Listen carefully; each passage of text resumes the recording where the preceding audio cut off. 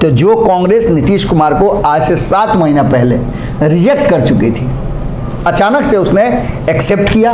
जिस तरह से लौकुश समीकरण के दम पर नीतीश कुमार अब तक शासन कर रहे थे, उसमें से कुशवाहा समाज काफी नाराज नजर आ रहा है। अपने दम पर इतना बड़ा विक्ट्री लेकर के आई है कि भारतीय जनता पार्टी कुछ भी करने में असहज है। न उनकी बात ललन सिंह सुनने वाले हैं और न उनकी बात नीतीश कुमार सुनते हैं।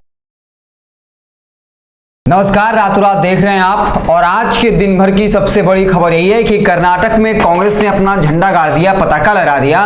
जो बहुमत का आंकड़ा 113 था, उससे भी कई सीटें ज्यादा लाई हैं और बीजेपी 60 से 70 सीटों के पीछे जो है, उनके नीचे ही जो है वो दम तोड़ दी है। जिसके बाद पूरे देश विपक्षी पार्टियां जो है वो काफी खुश हैं और खासकर कांग्रेस को एक बूस्टर डोज लगा है। अब जीत तो गई कांग्रेस, लेकिन इसके बाद क्या असर पड़ेगा, खासकर बिहार की सियासत में नीतीश कुमार की रणनीति को पर क्या असर पड़ेगा, उनके लिए अच्छा होगा या बुरा होगा, इन तमाम मसलों को लेकर बाबा आपके सामने विश्लेषण करेंगे। बाबा, कर्नाटक में तो कांग्रेस ने झंडा गाड़ दिया, अब उसका क्या असर होगा देश की सियासत पर, इसके साथ ही साथ नीतीश कुमार और बिहार की सियासत पर क्या असर होगा?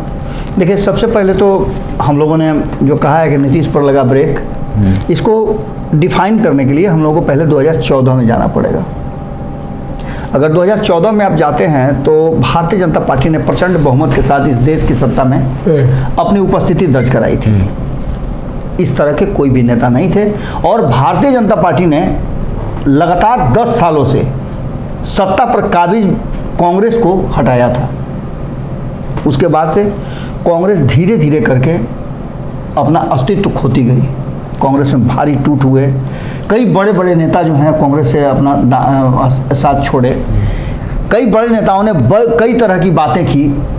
इन सब के बीच अब ये कहा जा रहा था और भारतीय जनता पार्टी ने ये प्रचार भी करवा दिया था, जो सोशल साइट पर भारतीय जनता पार्टी बहुत ज़्यादा मजबूत है और खुद प्रधानमंत्री नरेंद्र मोदी की जो सोशल टीम है वो पूरा एक्टिव रहती है। प्रधानमंत्री तक वो बातें पहुँचाई जाती हैं जो जानना उनके लिए ज़रूरी है। बाकी उनके सोशल टीम को सब गाइडलाइन दिया हुआ है।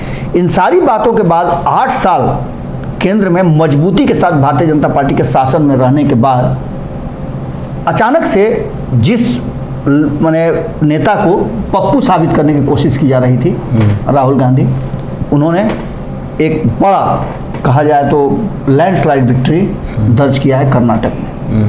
और इसका श्रेय वो खुद पर नहीं ले रहे हैं।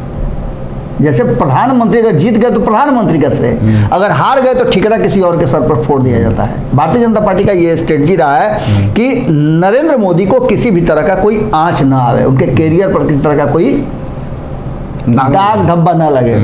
और यही कारण है कि जहां हार जाते हैं वहां का लोकल या फिर अध्यक्ष पार्टी का, वरना जीत गए तो सब नेशनल मीडिया पे कई तस्वीरें नहीं थी। बिल्कुल, तस्वीरें। इसके साथ साथ इसका सबसे ज्यादा इम्पैक्ट जो है वो बिहार पे पड़ना है। अब आप समझ सकते हैं कि 2014 के बाद ऐसा पहली बार अवसर आया है कि कांग्रेस अपने दम पर, समझिए बहुत इंपॉर्टेंट बात बता रहे हैं, अपने दम पर इतना बड़ा विक्ट्री लेकर के आई है कि भारतीय जनता पार्टी कुछ भी करने में असहज है, नहीं कर पा रही है।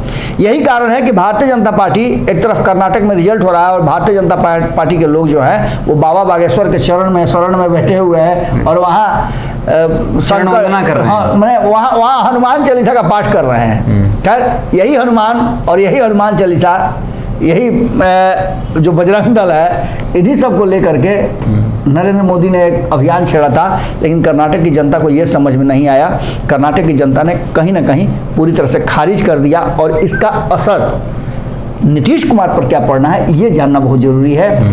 तो जो कांग्रेस नीतीश कुमार को आज से 7 महीना पहले रिजेक्ट कर चुकी थी, अचानक से उसने एक्सेप्ट किया। लेकिन एक्सेप्ट करते ही भारतीय जनता पार्टी का अचानक से ग्राफ बढ़ गया और फिर नीतीश कुमार के अभियान पर ऐसा लगता है कि ब्रेक लगने वाला है। इसके अलावा एक खबर है कि जेडीयू में कभी भी एक बड़ी जो है भगदड़ मच सकती है। जैसा कि लगातार बीजेपी के नेता दावा करते रहे, सुशील मोदी ने कहा कि कई सांसद हमारे संपर्क में हैं, नीरज बाबू ने वही दावा दोहराया, उसके बाद आरएसपी सिंह का विकेट गिरा, इधर सुहेली मेहता पार्टी में शामिल हुई। अब आप किस बड़े भगदड़ की तरफ इशारा कर रहे हैं? देखिए, 3-4 चीज़ें जो हैं उसको बड़ा महत्वपूर्ण है और जानना भी जरूरी है। नीतीश कुमार विपक्ष को एकजुट करने में देशव्यापी परेशान है, या फिर कहा जाए उसमें व्यस्त है। पार्टी का पूरा कमान जो है ललन सिंह के हाथ में है, और ललन सिंह के साथ साथ कोशिश तो किया था नीतीश कुमार ने वशिष्ठ नारायण सिंह को पार्टी कार्यालय में इन्वॉल्व करके कि वो चीज़ों को संभाल लें, लेकिन अब वशिष्ठ नारायण सिंह की स्थिति वो नहीं रह गई है कि वो अपनी बात किसी से मनवा लें। उनका सम्मान भले लोग करते हैं, लेकिन कई नेताओं से हमारी बातचीत हुई जिन्होंने वशिष्ठ नारायण सिंह के सामने अपना आर्गुमेंट रखा था, अपनी समस्या रखी थी, लेकिन उसका समाधान और निदान पिछले कई महीनों में, क्या वर्षों में नहीं हो पाया। इसका सीधा मतलब है कि वशिष्ठ नारायण सिंह सिर्फ और सिर्फ एक चेहरा है पार्टी के, बड़े नेता हैं और अथॉरिटी नहीं है, अथॉरिटी उनके पास नहीं है। ना उनकी बात ललन सिंह सुनने वाले हैं और ना उनकी बात नीतीश कुमार सुनते हैं। एक कान से सुन करके दूसरे कान से निकाल देते हैं। इन सारी बातों के साथ साथ जनता दल यूनाइटेड के भीतर एक बड़ा अभियान चल रहा है। वो अभियान है कि जिस तरह से लौकुश समीकरण के दम पर नीतीश कुमार अब तक शासन कर रहे थे, उसमें से कुशवाहा समाज काफी नाराज नजर आ रहा है। हालांकि कुशवाहा की एक बड़ी टीम, बड़ी फौज तैयार की गई, हम कई बार बता चुके हैं, लेकिन अब जो वर्तमान स्थिति बनी है उसमें नीतीश कुमार के बढ़ते ग्राफ में अचानक से ब्रेक लग गया है, और ब्रेक लगने की बात हमने बताया ही। अब इन सब के बाद कांग्रेस जैसे ही एक्शन में आना शुरू करेगी कि भगदड़ एक बड़ी होनी है, और एक ही दिन में आपने देखा कि जहां एक तरफ आरसीपी सिंह भाजपा ज्वाइन किए, वहीं सुहेली मेहता पटना में ज्वाइन की, और इसके बाद जो हमारे पास सूत्रों से जानकारी मिली है कि करीब 100 से ज़्यादा जनता दल यूनाइटेड के बड़े और मजबूत नेताओं का, अलग अलग जातीय समीकरण के नेताओं का एक बड़ा फौज जो है वो तैयार है, और एक सप्ताह के अंदर वो बड़े समारोह में भारतीय जनता पार्टी की सदस्यता ले सकता है, और उसकी पूरी तैयारी भीतर भीतर की जा रही है। सम्राट चौधरी तक बात पहुंचा दी गई है, और केंद्रीय नेतृत्व को इस बात की जानकारी मिल गई है। क्योंकि कर्नाटक में सब लोग व्यस्त थे, इसलिए वो लिस्ट जो है अब तक फाइनल नहीं हो पाई है और सार्वजनिक भी नहीं है। लेकिन ऐसे कम से कम 1 दर्जन से ज़्यादा नेताओं को मैं जानता हूं जो भारतीय जनता पार्टी ज्वाइन करने जा रहे हैं, और ये संख्या जो है हजारों में होने जा रही है। एक बड़ी भगदड़ होने वाली है। वो अगला सवाल होगा कि कर्नाटक चुनाव परिणाम के बाद भाजपा ने अपना प्लान चेंज कर लिया है, तो पहले क्या प्लान था और अब चेंज करके कौन सा प्लान बनाया गया है? देखिए, कर्नाटक के परिणाम भारतीय जनता पार्टी के लिए अलार्म है, इससे आप इनकार नहीं कर सकते हैं। और आपको याद होगा कि जब राहुल गांधी की यात्रा शुरू हुई थी, भारत जोड़ो यात्रा, तब मैंने एक बात बहुत मजबूती के साथ कहा था कि भारतीय जनता पार्टी इस अभियान को नज़रअंदाज कर रही है पब्लिकली, लेकिन भीतर ही भीतर इस अभियान को लेकर के भारतीय जनता पार्टी काफ़ी परेशान नजर आ रही है। परेशान इसलिए कि राहुल गांधी के इस यात्रा को काफ़ी लोगों का सपोर्ट मिल रहा था, और कर्नाटक उसका असर दिखाया। कर्नाटक में जैसा कि आप सभी जानते हैं कि 224 सीटों वाली कर्नाटक विधानसभा में 113 बहुमत का है, और इससे बहुत ज़्यादा 130 सीट से ज़्यादा कांग्रेस जीत करके और सत्ता में आती हुई दिख रही है। तो वहीं कई कारण बताए जा रहे हैं। हमने एक विश्लेषण किया था, आपको याद होगा कि हमने बताया था कि वहाँ 2 समुदाय हैं जो सत्ता के सीट्स पर रहे हैं, एक लिंगायत है और दूसरा है वोकालिंगा। ये दोनों को यदि आप भुला देते हैं तो आप सत्ता में नहीं पहुंच सकते हैं। इसमें से कम एक को तो मजबूती से आपको पकड़ के रखना पड़ेगा। और येदियुरप्पा, सेटार, साउदी, ये सब जितने लोग हैं वो लिंगायत समाज चाहते थे, इनको नज़रअंदाज करके भारतीय जनता पार्टी ने सबसे पहली गलती की थी। अब भारतीय जनता पार्टी को ये बात समझ में आ गई है, और इस पर वो अपना प्लान चेंज करने जा रही है। तो दूसरी सबसे बड़ी बात है कि भारतीय जनता पार्टी को एक मजबूत चेहरा राज्यों में रखना होगा। आपको याद होगा कि 2020 के चुनाव के बाद नीतीश कुमार को चेहरा के रूप में रखी थी, लेकिन भारतीय जनता पार्टी पिछले 17-18 सालों में एक भी चेहरा नहीं दिखा पाई है। बिहार में कोई स्थापित चेहरा नहीं है। अब जबकि नीतीश कुमार पिछले ही साल अलग हुए हैं एनडीए से, तो एक चेहरा सम्राट चौधरी का सामने रख करके भारतीय जनता पार्टी उस पर अभी अपना पहला बेबी स्टेप जो है वो रखना शुरू कर चुकी है। तो सबसे बड़ी बात थी कि एक बड़ा चेहरा जो है, जैसे आप उत्तर प्रदेश में देखिए, योगी आदित्यनाथ एक बड़ा चेहरा है और उनके चेहरे पर भी वहाँ वोट मिलता है, वो तो नरेंद्र मोदी को भी साइड कर लेते हैं। ऐसी स्थिति में एक सबसे बड़ा था कि वो एक चेहरा उसको पैदा करना होगा हर राज्य में जो पार्टी को लीड करे और उसकी बात पार्टी के अन्य लोग मानने के लिए मजबूर भी हों।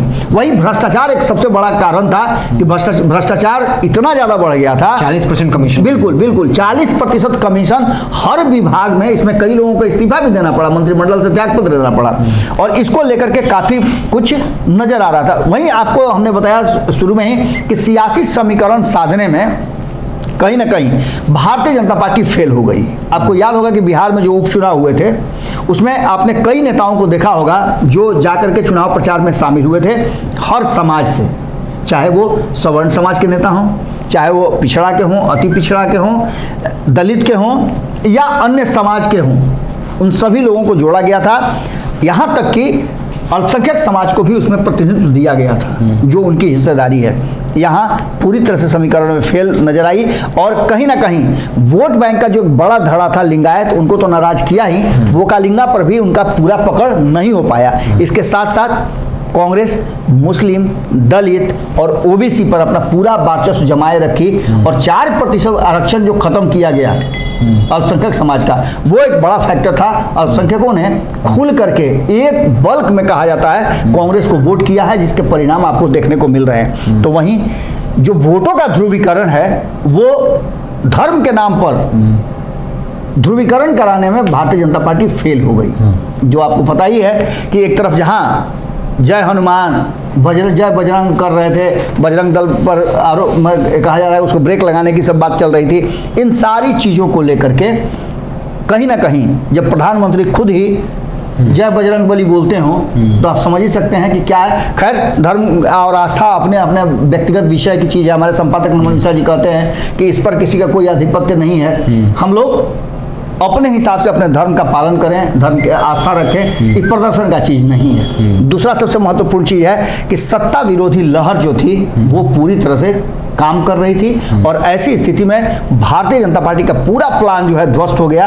अब एक नए ऊर्जा, नए प्लान के साथ इससे सीख करके भारतीय जनता पार्टी बिहार से एक नई शुरुआत करने वाली है, जिसकी कहानी बहुत जल्द आपको देखने को मिलेगी। और सबसे बड़ी बात यह है कि इस जीत हार में कांग्रेस ने जो एक स्टेप बढ़ाया है वो काफी परेशानी देने वाला है, एक तरफ भाजपा को भी, दूसरी तरफ नीतीश कुमार को भी। और नीतीश कुमार के साथ वो सारे लोग जो भारतीय जनता पार्टी से दूरी बना करके नीतीश कुमार के साथ गठबंधन में शामिल होना चाहते थे, उन सारे लोगों को एक झटका जरूर लगा है। लेकिन दूसरी तरफ खुशी भी है कि कांग्रेस ने अपने पुराने जो जनाधार थे उसको वापस करने में एक स्टेप आगे फॉरवर्ड जरूर लिया है। तो चलिए, ये हमारा विश्लेषण था जहाँ बाबा ने बताया कि कैसे कर्नाटक में जब कांग्रेस ने बहुमत से ज़्यादा का आंकड़ा पा लिया है उसके बाद ये कैसे नीतीश कुमार पर ब्रेक लग सकता है, क्योंकि कांग्रेस पहले बैकफुट पर थी लेकिन अब कर्नाटक चुनाव जीतने के बाद वो नीतीश कुमार पर ब्रेक लगा सकती है, यानी कम अथॉरिटी दे सकती है। इसके अलावा ये दावा किया गया, ये खबर है कि 1 सप्ताह 2 सप्ताह के अंदर जो है लिस्ट चला गया है केंद्रीय नेतृत्व के पास, उस पर मुहर लगनी है और जल्द ही 100 से ज़्यादा पार्टी के कार्यकर्ता, जेडीयू के लोग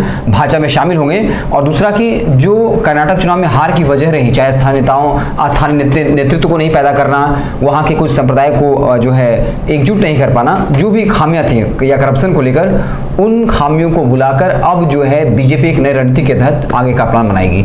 आपको हमारी बातचीत कैसी लगी कमेंट बॉक्स में जरूर राय दीजिएगा। बहुत बहुत धन्यवाद।